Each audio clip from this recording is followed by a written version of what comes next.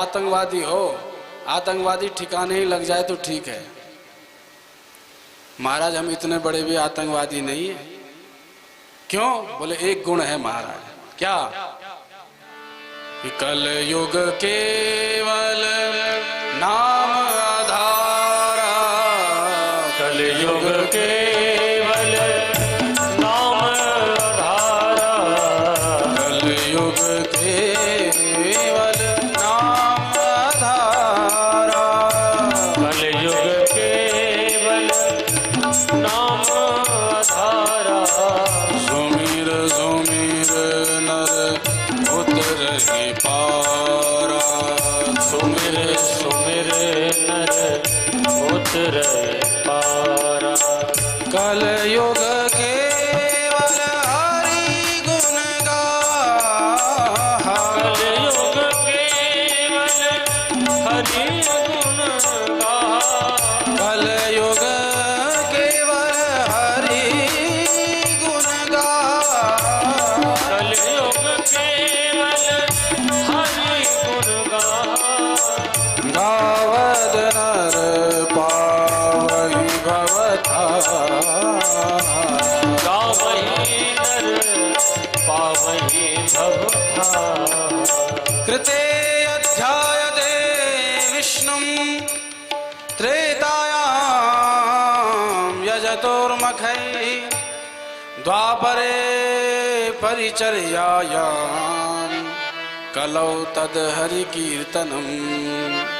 हरेर्नाम हरेर्नाम हरेर्नामेव केवलम्, कलौ नास्त्येव नास्त्येव नास्त्येव गतिरन्यथा। महाराज मेरी ये विशेषता है कि बस नाम स्मरण करते चलो, नाम जपते रहो और हरि से मिलते रहो।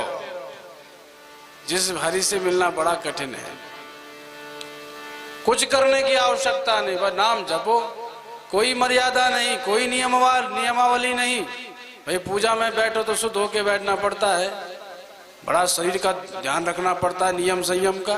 अब नाम तो बाबा जी लेट के लें, बैठ के लें, उठते लें, खाते लें, पीते लें, जाते लें, कोई पवित्रता का ध्यान रखने की भी आवश्यकता नहीं।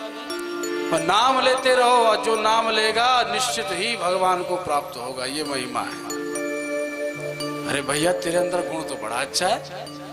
अरे जिन परब्रह्म परमात्मा को प्राप्त करने के लिए बड़े बड़े योगी न जाने कितने युगों तक निरंतर गिरी कंदराओं में बैठ करके योगाभ्यास करते हैं, तब जाके एक झलक मिलती है।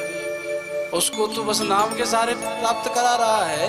तो ये तो तूने बड़े भारी सेल लगा रखा है, ये डिस्काउंट ऑफर तेरा ठीक है भैया, हमें अच्छा लगा। चलो हम तुझ पर रीझ गए, स्थान मांग। बोले महाराज आप ही स्थान दे दो। तो 4 स्थान दिए।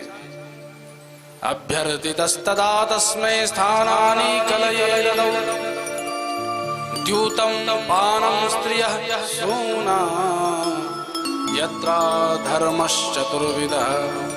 4 स्थान दिए। द्यूतम पानम स्त्रियः सूना, द्यूत जहां जुआ खेला जाए, पानम जहां मद्यपान हो, तीसरा स्त्रियः जहां स्त्रियों के साथ रमण हो, जो व्यभिचारिणी रहती है या व्यभिचार व्यक्ति होते हैं वहां की बात है। स्त्रियः सूना, और जहां हिंसा हो, निरापराध जानवरों की हिंसा हो, इन 4 स्थानों पर तुम रहो। बोले महाराज ये क्या दे दिया आपने, हमारे घर में कोई मेहमान आएगा हम यहाँ बिठाएंगे उनको। अरे एक तो अच्छा भला कमरा दो, जिस कमरे में आने पर हम भी आहा समय भी लगे बैकुंठ में आ गए, फिर आपको भी कोई टेंशन नहीं, हमें भी टेंशन नहीं। भैया घर में हमारे भले ही 10 कमरे हों, पर एक कमरा ऐसा होता है जो 24 घंटे चमकता रहता है, जिसमें कोई भी आए कभी भी आए महाराज आहा ठीक है।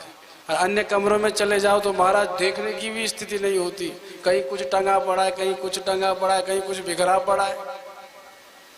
आदमी रहते कि जानवर, और एक कमरा ऐसा होगा जगमगाता, भैया बढ़िया। तो हमें भी एक अच्छा कमरा दो। तो बोले अब तू ही मांग। तेरे गुण पर हम रीझ चुके हैं। तो बोले स्वर्ण में स्थान मिल जाए। अब कलयुग तो जानता है कि महाराज हैं, स्वर्ण तो धारण करेंगे, इसलिए स्वर्ण में स्थान मांग लिया। और महाराज परीक्षित तो गुण पर रीझे थे, सब बोले जा स्वर्ण में भी स्थान दे दिया प्रसन्न होकर के। तो इसीलिए सज्जनों ध्यान रखें, कभी भी जीवन में निर्णय अति प्रसन्नता के क्षण में और अति दुख के क्षण में नहीं लेने चाहिए। महाराज दशरथ भी बड़े प्रसन्न थे, कल तो राम राज्य होगा, सो प्रसन्न है। कैकेयी माँ ने कहा वचन दो, जो मांगूंगी मिलेगा। बोले दिया। तो क्या हुआ, महाराज जी को ही जाना पड़ा। इसलिए प्रसन्नता में भी महाराज विचार करके आपको वचन देने चाहिए। अब गुण पर रीझे थे, बड़े प्रसन्न थे, सो दे दिया कि स्वर्ण में बैठो। अब ये थोड़े पता था कि हम तो राजा हैं, हमारे तो यहाँ स्वर्ण ही स्वर्ण है। कलयुग तो निश्चिंत होकर के स्वर्ण में स्थापित हो गया।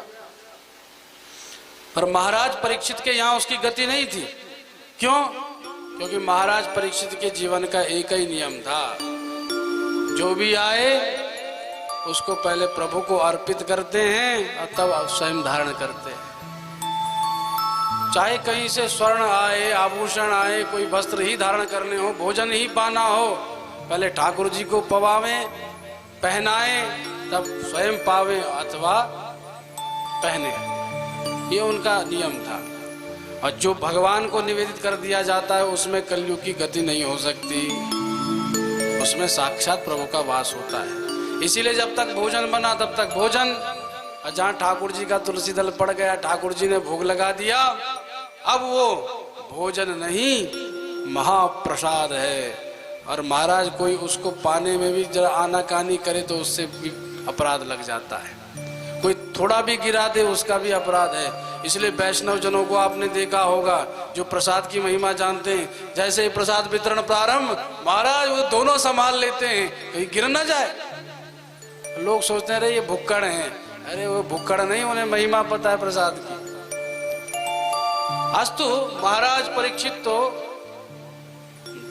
धर्म संपन्न है, सो जो भी प्रभु को निवेदित करते हैं वही ग्रहण करते हैं। पर एक दिन एक घटना घट गई। क्या?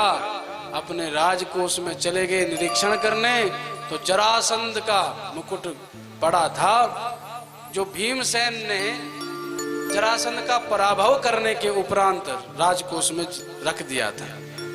महाराज परीक्षित को लगा ये हमारे पूर्वजों की ही धरोहर होगी। अब उन्हें क्या पता था ये तो जरासंध का मुकुट है। अब जरासंध तो महापापी था, तो उसने कौन सा प्रभु को निवेदित करके ये मुकुट बनाया अथवा पहना होगा। सो उस मुकुट में कलयुग की गति सिद्ध हो गई, कलयुग उसमें बैठ गया। और महाराज कलयुग बैठा मुकुट में, मुकुट पहन लिया महाराज परीक्षित ने, और पहनते ही बुद्धि विकृत हो गई।